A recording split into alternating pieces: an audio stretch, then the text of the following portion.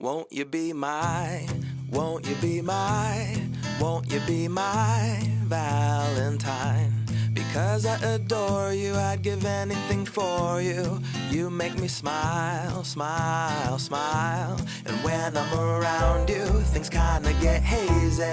Because I am crazy, crazy for you.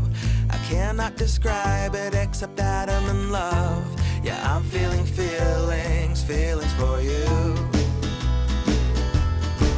And now I shout to the world my love for you, the irresistible love that I'm falling into.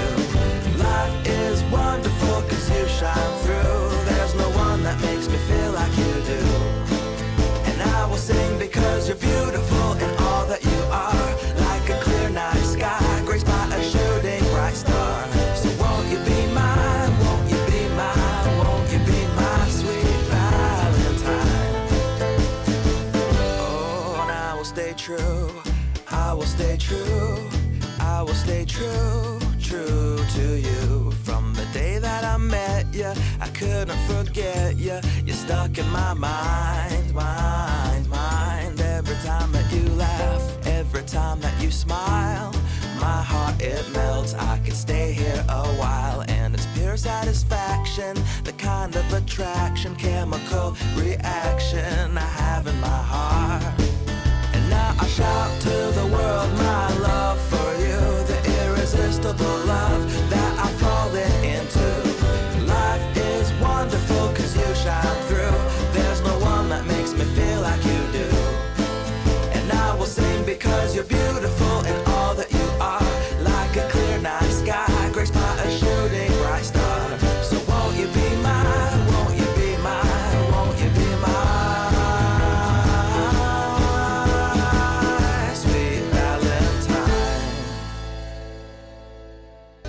Well, it's not Happy Valentine's Day, but it's a cool passage on probably one of the greatest subjects on just love, right? So we're on our marriage series. We're going to start today, but before we kick off our kind of what we're going to be talking about, I need to ask you a question. And when I ask you this question, I really want you to think about it, and I want you to be honest with yourself. All right, so here, don't say it yet, just think about it first. But here's the question. Who meets your deepest needs? Who meets your deepest needs? In other words, on a daily basis, on whom do you rely to the most, and to whom do you go to first to get your deepest needs met? Now, before you answer that, let me kind of give you a definition of deep needs. What are your deepest needs? Well, when I say deepest needs, I'm talking about needs that transcends the physical. I'm talking about needs that go really deep into one's heart and into one's soul. Most scholars, most people would say this. They would say that there are 4 basic needs that every single person is instinctively motivated to try to satisfy for the rest of their life. 4 basic needs. And I have it in your bulletin, but need number 1 is this. Number 1 is acceptance. Like that is that I know that I'm loved and that I'm needed by other people. Like that's a deep need. I want that need of acceptance. Number 2 is identity. Identity. Knowing that I'm individually significant and I'm special. Number 3 is security. I need to know that I'm well protected and that I'm provided for. And then the last one is purpose. And that is that I need to know that I have a reason for living. Like I have a purpose for living. Now, before I think whether we've consciously realized this or not, like those 4 basic deep needs, they have been motivating us throughout all of our lives. They have. All of us are driven in some significant way to try to find an avenue in which we can satisfy those 4 basic needs. And they're strongly driven emotionally inside of us. That means they're needs, they're not wants. All right? Now, here's what most people do to try to get those 4 basic needs met. Here's the list of the people or things that they go to, all right? So number 1, they'll go to ourselves, right? Like me. I think I can fulfill those basic needs. I can do all that. I can figure out how to be accepted in my identity and my security and my purpose. I'm going to try to do it on my own. Or I'll go to my spouse. right? I want my spouse to provide those needs for me. Or I'll go to my friends, or I'll go to my children, or I'll go to my job, right? I want my job to provide that for me. Some people go to the church, they'll go to ministers, the pastors. Other people will go to parents. Some of us, we go to God. We want God to provide those 4 basic needs. Some of us go to money. Like if I just had money, my money is going to take care of all my needs. All right, or it's a combination of maybe 2 or more. All right, so let me go back to that question. All right, and I really do want you to answer this honestly. In your everyday life, whom or what do you seek first and most to fulfill your needs for acceptance, identity, security, and purpose? Don't shut out the answer yet. Most of us probably won't say that, but the answer really is, if we're like, the correct answer is, yeah, Jesus. It's God, right? God's the only one that can meet our deepest needs. He's the only one. Unfortunately, though, most of us, if we were honest with ourselves in this room, most of us would say, I probably don't always go to him to meet those needs. I go to someone or something else. And that right there, I'll just say this, that right there is going to be the root to all problems in your marriage. Right? Because what God does is, he promises us complete satisfaction if we come to him for our deepest needs. Matter of fact, when God created human beings in his image, he basically created in us this Jesus-sized hole from which all those deepest needs are met. And because of that, no human being, no spouse, no money, no job can satisfy those needs for us. Only Jesus Christ can. And those, like, they're designed, by the way, purposely for us to be drawn then to him, because that's the thing that we're motivated all of our lives to pursue. And so Christ puts that in us, so it should drive us to him. Now, most people, what they do is they really choose the kind of, quicker, surer method. And so, they get married and they expect their spouse to do for them what only Jesus Christ can do. Or they have kids, they're thinking, well, my husband's not good, so my kids, maybe I finally got somebody that can love me. Or for a husband, they're like, oh, my wife doesn't love me, so I'm going to find that in my job. And I'll go from job to job and place to place seeking possible fulfillment. But the problem is, they're only diversions. They never satisfy. And I think maybe the most powerful probably passage in the Bible that illustrates this truth is in John chapter 4. Do you remember John chapter 4? Jesus goes out of his way and he meets a Samaritan woman. And this woman, she's been married 5 times and she's now living with a man outside of wedlock. So she goes to this water well all alone because she's an outcast to her society. There's no respectable woman that wants to be seen with her. In other words, she's a 5-time loser in marriage, and she finally gives up, and now she's just living in sin. And here's the thing, Jesus knew all about this before he even went to her. So he goes to her, and the reason why he encounters this woman is because he needed to heal the root issues in her life of why she failed in all those marriages and why she lost hope. And Jesus chose the water at the well to basically talk to her about her thirsty soul. Now, I don't know if you know this, but our souls, they thirst. And you know what they thirst for? Those 4 deep needs. And that's what our soul just thirsts for. And since people and our spouse cannot satisfy those needs, and we're trying to get them to satisfy those needs, that means then all of our lives, our souls are just going to be thirsty. It's just going to be thirsty. See, what this Samaritan woman did is she made a mistake that I think a lot of us make. And she tried over and over again to try to get her spouse to satisfy her thirsty soul. And when they couldn't, she rejected them. And she probably kept thinking, like a lot of people do in marriage, well, there must be something wrong with my spouse because my needs aren't getting met.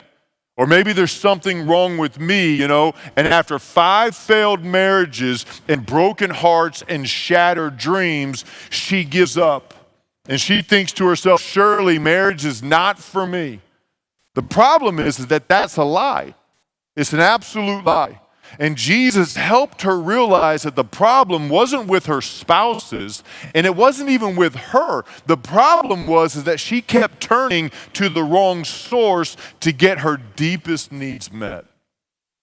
Listen to what Jesus says. It's in John 14, verses 13 and 14. Verse 13 of John 14, verse 13 says this, or John 4, verse 13 says this, and Jesus said to her, everyone who drinks of this water will be thirsty again.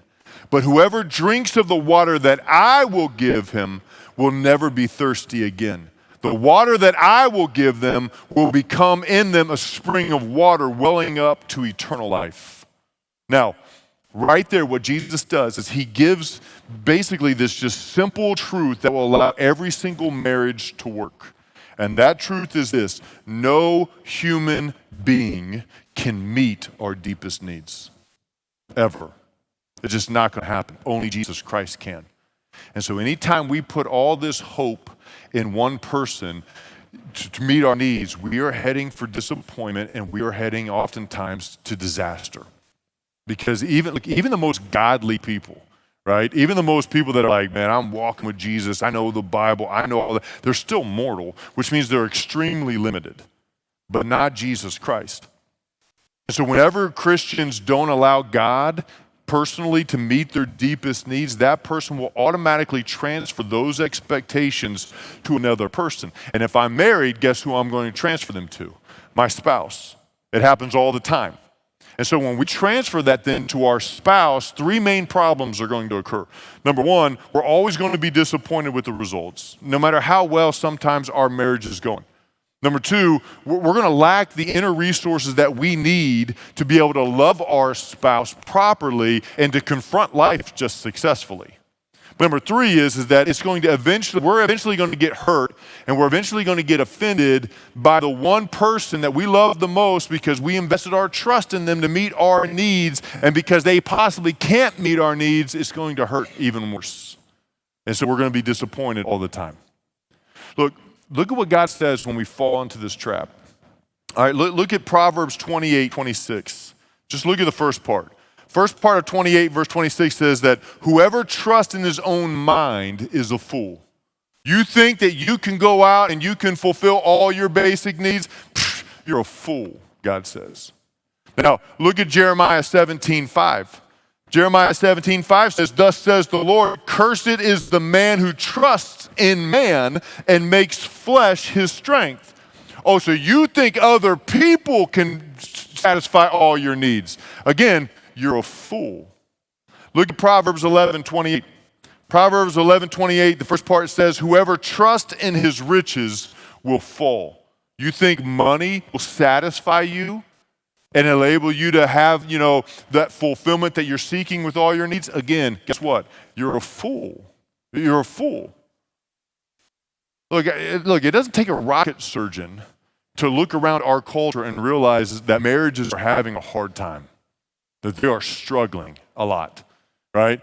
And when we try to make our spouse the person that's going to meet our personal needs, it's only going to get worse.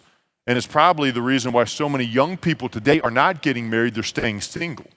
Or they're cohabitating with their, partner or whatever, or they're trying to find alternative ways to marriage because you know why? They probably saw in their mom and dad growing up how miserable they became, and they're like, I don't want that. Why do I want to be miserable? And so they're not getting married anymore.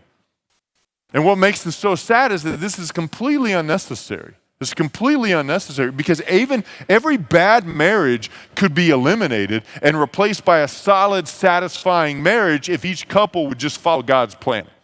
Just follow God's plan. Look, from the beginning of time, from the beginning of creation, when God created Adam and Eve, God had this perfect design for marriage. And since God is the creator of man, and since God is the inventor and the designer of marriage, he's the only one, he's the only one that is qualified to write the instruction manual for marriage. And guess what? He did. He wrote it. It's in Genesis chapter 2. And in Genesis chapter 2, God shows us how to have a great and satisfying and fulfilling marriage. Look, go with me to Genesis chapter 2. I want you to look at verses 24 and 25 because this is God's manual for marriage. Are you ready? Verse 24 says this, "Therefore a man shall leave his father and his mother and hold fast to his wife, and they shall become one flesh. And the man and his wife were both naked and were not ashamed." All right, now there's two things important here. This is the first initial record in the Bible of God revealing his plan for marriage. But number two is that through this short passage, there are 4 foundational laws on how to have a great marriage. 4 foundational laws, and we're going to look at all 4 of them. But I can't overemphasize the importance of each one of these laws. That they're like each one of them are like they're essential to the success of a great marriage. Which means that if you break one of these laws, your marriage is in trouble. You break 2 or more of these laws, God can God can do the impossible, but it's close to impossible if you break more of these laws constantly in your marriage. Okay? Now, I also get that this passage is extremely short.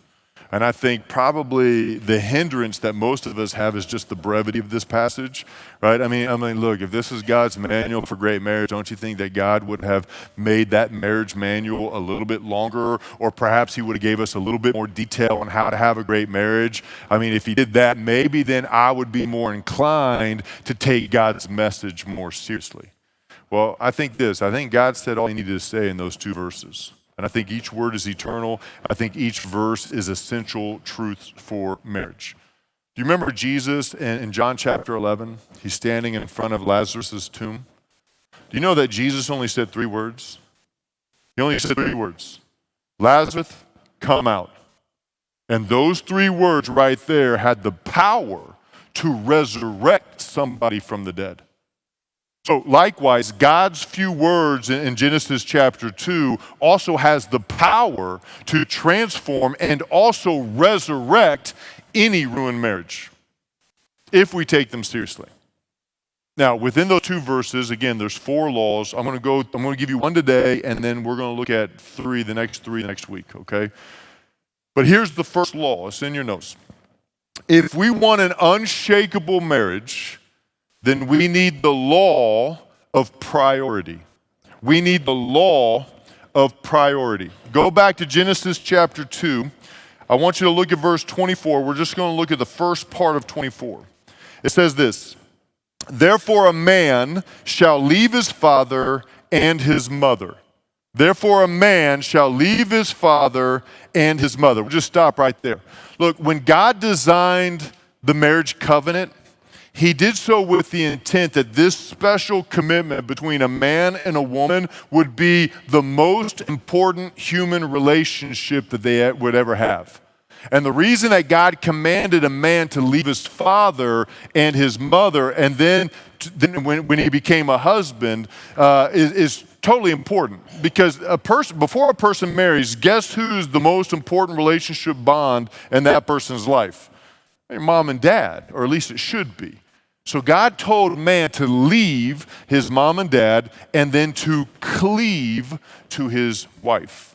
The word leave in Hebrew is the Hebrew word azab, and it means to loosen or it means to relinquish. So when God said that a man was to leave his mom and dad when he married, God meant that that man was to relinquish the highest position of commitment and devotion previously given to his parents in order that that position would then be put on his wife. Now, that doesn't mean we stop honoring and loving our parents, but it does mean that at the time of marriage, a man's parents are now to be released into a lower position in that person's life. And then that means that from that moment on, his wife forever after will come first. And by the way, this same instruction applies to the wife, that forever after, on your marriage day, your husband comes first over your parents. Or to put it simply, God designed marriage to operate as the second most important priority in your life, right? Right below our priority to love on and to worship our Savior, Jesus Christ.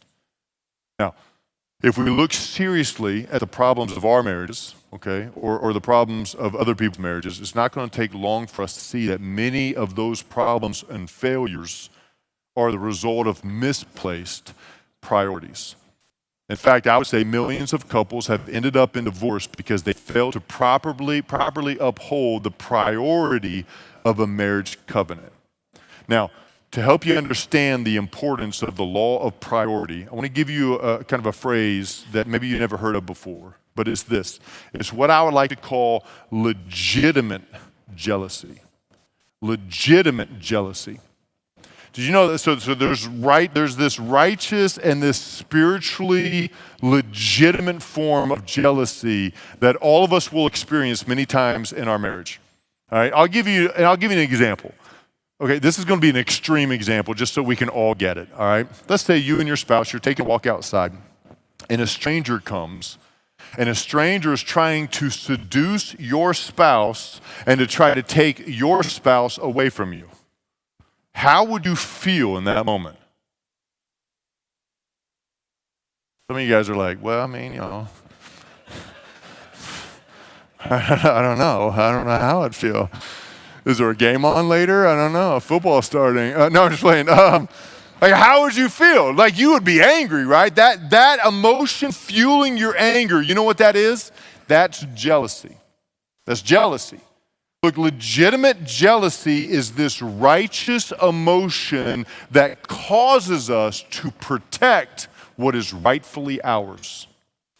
That's legitimate jealousy. There's something that God puts in within all of us that makes us know that our spouse belongs to us before any other person or any other thing, except for God himself.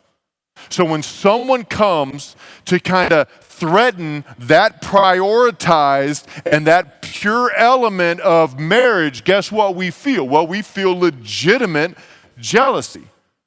See, in marriage, both spouses have moral obligations to God and to each other to protect the relationship from being violated by people or things of lesser priority. So when our time and our energy and our resources that rightfully belong to us are now given by our spouse to someone or something else in any kind of consistent or significant manner, we're going to feel violated and we're going to experience legitimate jealousy. Now do me a favor, go with me to Exodus 34. I want you to look at verse 14. This is what Exodus 34:14 says. For you shall worship no other God for the Lord, whose name is jealous, is a jealous God. Now there's three things we can learn from this passage. Leave that passage on there for a little bit, Colton. Three things. Number one is that we see that God's name is jealous. All right, number two is we see that jealousy is, like, not all type of jealousy is wrong, or else God would never associate himself with that or let alone be called that. But number three, and this is the most important, we see that in just this verse right here, that there is something important about the design of God's relationship to us. Because God loves us and because God created us to love him and to enjoy our relationship with him before anyone and anything else, he then becomes jealous when that relationship is threatened. All the time, every time. When we turn from God and we follow other gods or other idols such as money or fame or people or affairs or our careers, he's provoked with legitimate jealousy. So whenever we give our time and our energy and resources that rightfully belong to him to another person or to another thing, he's violated. That's why when you read in the Old Testament, all the time the Israelites, they went off and pursued other gods and they quit worshiping God. You know what the one word that they used more often than not that God used? He called it adultery. This is legitimate jealousy. And so likewise, when our spouse begins to give what rightly belongs to their spouse or to someone else, to some other thing, we feel legitimate jealousy. And I'll be honest with you, one of the greatest certainties in your life is that you're going to, at some point in your marriage, you're going to feel legitimate jealousy, no matter what. Matter of fact, mean, think about when we first started dating, right? When you started dating your spouse, remember those good old days, right? You guys, all the way up to the wedding altar, like we really worked hard to make sure that none of us felt jealous, didn't we? Like we worked hard to prioritize this relationship. And if any problems kind of rose up, we quickly tried to resolve it, right? During the honeymoon, we were inseparable. And then, sometime afterwards, right, there was still excitement in that new relationship, especially in the living conditions, you know what I'm saying? Right? Now, generally, here's what happens. Within 5 years of marriage, we are going to have children most of the time. This is general, whatever. The couples begin to have kids, and usually here is when the satisfaction in marriage begins to drop significantly. Okay, and now the initial problems that we had in our marriage before we had kids, they now all of a sudden they kind of get ignored or they get masked because all the activity and the excitement of having a new child in the household. And so now this is generalities, right? So but now mother pours herself into the caring of her child. The husband, generally what he'll do is he'll become more aggressive towards his career, and where they once each prioritized each other, now look in very subtle ways too, right? In very subtle ways, they now begin to allow something else to compete with the time and the energy that was previously reserved for their spouse. And so for the husband, the temptation then is to replace my priority of marriage with my job or my career or things that are interest outside the home. And for women, generally, the danger to their marriage is when she becomes more interested in her children and children activities and things inside of her home. Now, again, this is changing in our culture because there are so many women now that are working full-time after having kids, but the point still stays the same. Right? Other things are now replacing the priority of our spouse. And when we misprioritize, problems are going to come quick and fast. Every time. All the time. And now both spouses are frustrated and they're irritated more. And even though we don't know how to communicate this, what we're really saying when we're frustrated like this is like, you know what? I'm jealous. I'm jealous of what has taken place in my spouse's life, and I feel violated. That's what we're saying. Now, I need you to listen to this. If we allow anything or anyone else, no matter how good it is, no matter how important it is, to take the time and the energy that rightfully belongs to our spouse, you know what we're doing? We are violating God's design for marriage. And the other spouse will feel legitimate jealousy. There are studies out there, there's too many studies out there, but there's just so many studies out there that says that the older we get as a married couple and the older our children get, the satisfaction level of our marriage just keeps getting lower and lower and lower and lower and lower. And the only time that we see any significant changes in that is when our kids get older and they move out of the house. And then the satisfaction of marriage, will rise somewhat, but it's still going to remain a lot lower in our marriage than when our marriage first began. That's why the saying, the honeymoon's over, has become now a common vernacular in our language. And when I say that, is that what we're really saying is that the good times in marriage, that's gone, right? That's over. And now it's time for us to live in reality, and we need to suffer like the rest of them. And I think the error is that we just assume that because so many people experience this downward trend of lowered satisfaction in the marriage, guess what? We assume we will too. And we're like, well, look, it's just a fact of life, man. Like it's just, it's to be expected. It's inevitable. But that's a lie. It's an absolute lie. God designed marriage to get better every year. Every year. Look, the fact that most marriages are less happy is certainly not because God made a mistake when he instituted marriage. The problem that our marriages are less happy is because we made a mistake in not following God's plan for marriage. You know what? Newly married couples should never, ever be the model for success. Ever. No, it's the veterans in marriage that should be the model in success. People that have been married for a good bit of time. Look, like that's how it is, by the way, in almost every single area of life, isn't it? It's the veterans that teach the rookies. It's the old that are going to teach the young, right? It's the inexperienced that will always look up to the experienced. How is it that in marriage, we always look to the young married couple and we're like, well, that was when the good times rolled, right? And we look at these like, these doe-eyed, absolutely stupid and foolish, yet wonderfully blissful young married couples, right? And we're like, yeah, that's what marriage should look like. But then we're like, but we ain't fooled. No. They're only acting this way because they're young and they're dumb and they're just full of in love. But they ain't going to be acting like this in 10 years from now. No. They're going to be just as miserable as we are. So bliss and satisfaction and happiness, we think, well, that's only reserved for the newly married couples. Definitely not for us who've been married for years and years and years. Look, how tragic is that? I mean, honestly, like how absolutely unnecessary and how completely unbiblical that really is. It's sad.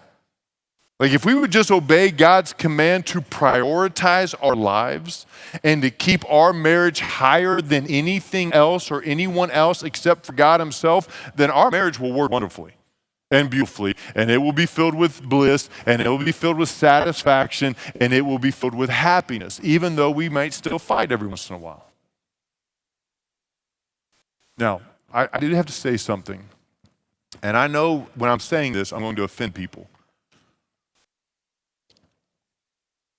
So I'm taking a sip of water to prepare your hearts. I say this in love. I really do say this in love, okay? I know that our children are the most important thing in our life than anybody else. I get that. Can I say this? Your children are not as important as God is to you. And your children are not as important as your spouse is. Because if you do, then your priorities are off. In fact, a parent's personal relationship with Jesus and their intimate, fulfilling relationship with their spouse is what's going to make the correct foundation of loving and caring for your child.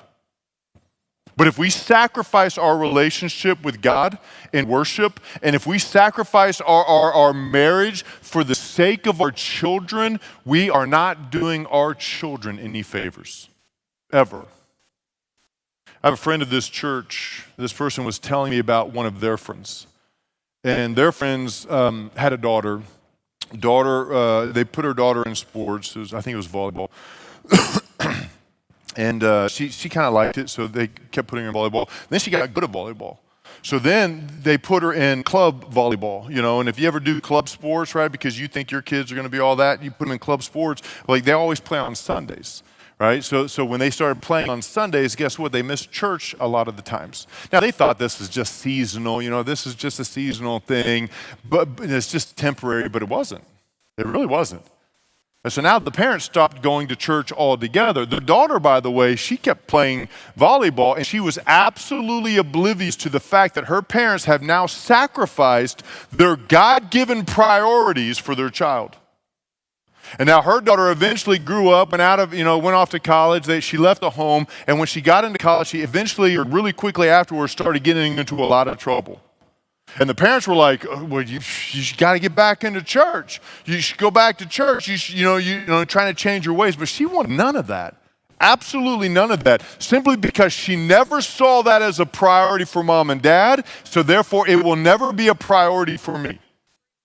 And these parents who were like, they're confiding with one of my friends, and she was like, you want to know what one of the greatest regrets of my life is? The greatest regret of my life is that we spent so much time investing in our children's sport that we lost sight of our own priorities. And by the time we saw our mistake, we not only hurt ourselves, but we hurt our children. And it's devastating. Now, I'm not saying sports is wrong. Please know that. And I'm not talking dance is wrong or band is wrong or whatever we do to try to invest so much time in our kids, with our kids. What I am saying is that I really do think we have to have a clear understanding, and I mean like a clear understanding, that the likelihood that your child is going to get paid a lot of money to play professionally in that sport or in that band or in that dance team is about as likely as me winning the lottery. I'm just saying it. Remember, as parents, as our children grow up, they will leave the home one day. What are we going to leave them? How is our marriage going to be after they're gone? More often than not, when we invest all of our time and energy and resources and misprioritize our priorities, we're going to have a cold and distant marriage when they're gone. And at the same time, our kids don't even know what our priorities are. Look, and here's the thing, and I'll say this, and I'm still on this rant, I know. I know we think what we're doing with our children is a great thing. Matter of fact, nobody will ever stop you from spending time with your children. Nobody. In fact, our godless and our sinful culture will never question you. Well, you spend a lot of time with your kids? Man, that's awesome. Man, that is absolutely awesome. But here's the thing, and I'm not saying don't spend time with your kids. Please don't write that down. But what I am saying is that if that is at the expense of prioritizing our worship to God and our time and energy with our spouse, I hate to say this, but I am going to say it, then that is a sin, and it's wrong, no matter how right you think it is, because you have forsaken the law of priority. You have put your children above something that they should not have been above, and that is your spouse. And so whenever you put so much time and your kids above your own spouse and above your relationship with God, that, my friends, is a sin, and it's wrong. Rant is over. Please come back next week. The reason why marriages are in trouble is because we forget to realize the importance of having our priorities right. We forget to commit to changing those things that are keeping us from living out those priorities. And so here's what I want to do. I want to give you three ways that hopefully I can help you get your priorities straight. All right, and this law of priority, how to get your priorities straight. 3 ways to maybe that we can establish and adhere to correct priorities. All right, here's number 1. I think it's in your notes. Number 1. I want you guys to go home, you and your spouse, and I want you to list the most important priorities in your life in order of importance. All right, so sit down with your spouse, write out this list. What are the most important priorities in my life right now? List them in order. Now, I know that pastors have no authority anymore. Back in the good old days, we used to have authority. So when we told you to do something, we would expect you to do it, and you would actually do it. We don't have that anymore.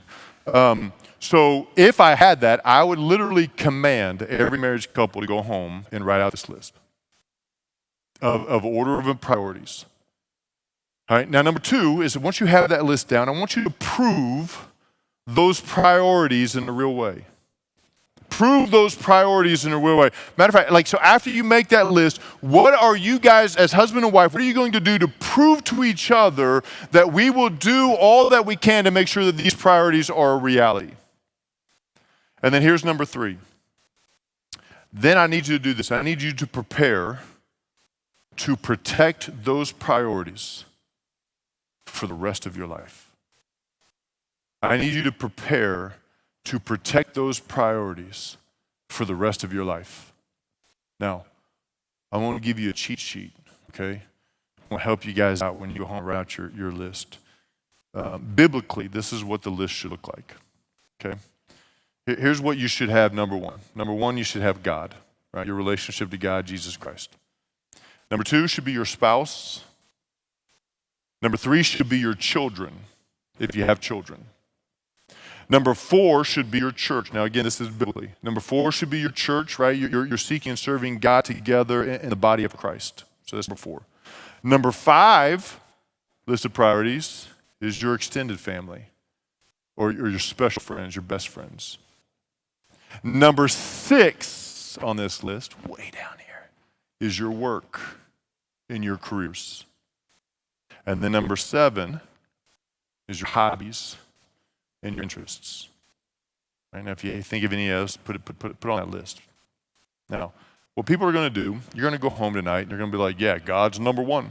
We're going to put God number 1 on that list, right? As well as you should. I was going to say that. But the problem is that a lot of us, we give little energy and we give little time spending with God. I mean, if he's number 1 on your list, he should take the most time, energy, and resources of your life. And if he doesn't, maybe we shouldn't put him on that list of number 1. But he should be number 1, all right? So then if he's number 1 on your list, then let me ask you this. How do we prove that? Right? So how do we prove those priorities? Because look, do we really believe that we can say that we love God and think that he's going to be satisfied with that? Like, that's just lip service. That's all it really is, if not really spending time and energy with him.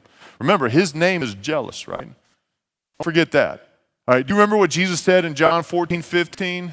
He says, if you love me, you're going to what? You're going to obey my commandments. Right? So if we neglect the commandments of God, and then at the same time we tell him he's number 1, we love him, look, all we're doing really is fooling ourselves. That's all we're doing. And I think the same principle is true in marriage. Right? Many husbands, what they're going to do is they're going to ignore their wives' needs, and they're going to, take their wives for granted. At the same time, when they want sex or they want to get out of an argument, they're going to be like, babe, I just want you to know I love you. I love you. Love you. And because these men believe what they say, they can't fathom, they can't understand when their spouse or their wife goes, no, you don't. No, you don't. Because honestly, if you really do love me, you would be spending more time with me. Every husband needs to understand that a woman doesn't measure love by what they hear. Like even though it's important for us to speak lovingly and affirming words to our wife, but a wife's ultimate standard of measure for love is, what are you doing to be with me? Like, how much time are you investing in me? How much energy are you investing in me? How important am I compared to the other things that are going on in your life? And listen, guys, if we don't sacrifice for our wives, like all the words in the world won't do anything. And wives, same thing. Like you need to understand the same thing about your husbands, because a husband will know that you love them if you give him the time and energy and attention that he deserves. How are we going to prove our priorities? Now, the third thing I mentioned was like we write out our list, we prove how we're going to do this, but the third thing is that we must also be prepared to protect those priorities for the rest of our lives. For the rest of our lives. Because with all of life's demands that's constantly bearing down on all of us, we have to protect our priorities, and it's going to become even more real challenge because there's just so many unwanted intrusions that will come into our life. All the time, every day. And because no matter how much we love each other, listen, those unwanted intrusions will always come. And if our priorities are not protected, then that can be a deadly thing to our marriage, no matter how innocent or how important we may think that they appear. Like, I think one of the ways that we can protect our priorities is if we look at our time and our energy as if it was money. As if it was money. Because money is a limited asset, right? Right? So we understand that, we learn quick as a young kid, right? Like how to budget if we want to get the best and the most use out of our money. And if we budget it properly and we had money left over, okay, well, outside of our basic necessities, okay, well, now we can afford some luxuries. But if we're in a pinch financially, then the first thing we have to do is we got to cut out our luxuries and our non-essentials. Now, in marriage, I think it's the same way when it comes to our time and our energy. Look, it would be so foolish of us to spend all of our money on luxuries and non-essentials and leave nothing for the basic necessities of food and rent. Because when the bank comes or when the landlord comes, like, how do you think they're going to respond when they find out that we spent all of our money recklessly? Like, do you think that they're going to accept it if we're like, yeah, listen, man, I know I can't pay this month. Real sorry about that, but I do want you to know I'm a good homeowner. Like, I'm a good tenant. They're going to be like, I don't care. Like, I really don't care about that. You need to pay me. See, in marriage, our time and our energy needs to be budgeted like we do our money. What is the first priority that we set on our list? All right, well, if it's God, then God should get the first and the best of our time and our energy. And then if second on our list, if that's our spouse, okay, well, then they should get the next best of our time and our energy, and then our children, and then whatever we have left on that list, right? Which means after I spend my time and energy on God, then I better spend the second most on my spouse, which, by the way, our spouse rightfully deserves, because they are the second most important priority in our life. So that means if someone or something is going to have to do without my time and my energy, guess what it's not going to be? It's not going to be my spouse, because she's second up there. So we start living like that, we're going to have a happy wife and we're going to have a happy husband. You know why? Because we have learned to love God's way. That's it. We've set our priorities right. Now look, as the worship team comes up, listen, if you and your spouse, you guys have been complaining a good bit in your marriage, and you're feeling violated, right, by other things or other people kind of invading your marriage, and that's been the argument, listen, then you need to pay attention to those warning signs. Your spouse is expressing that your priorities are not right, and you are destroying a marriage that God designed for enjoyment and blessing. And please listen, like, can I just say that we cannot improve God's design for marriage. Like, I know we want to, and I know we've tried it so many times. Like, we've really worked hard to try to improve God's design, but we can't improve God's design. We really can't. He made marriage to be something very sacred and very beautiful, and it's always going to stay that way if we stop trying to change it. Period. So law number one of an unbreakable marriage is Genesis chapter 2, verses 24, that says, therefore a man shall leave his mother and father. It is the law of priority. And if we can get our priorities right, then all of a sudden we are on the right step to a beautiful, blissful, satisfying marriage. All right? Now next week we're going to look at the other three laws in Genesis 24 and 25. But that's going to be next week. Let me pray. God, we love you. And we thank you so much for all that you are in our lives. I thank you for all that you're doing in our lives. I pray that you would just speak to us right now in our marriage. Because I know, look 8 hours a day, we're in a job. I mean, that feels like that's number one priority.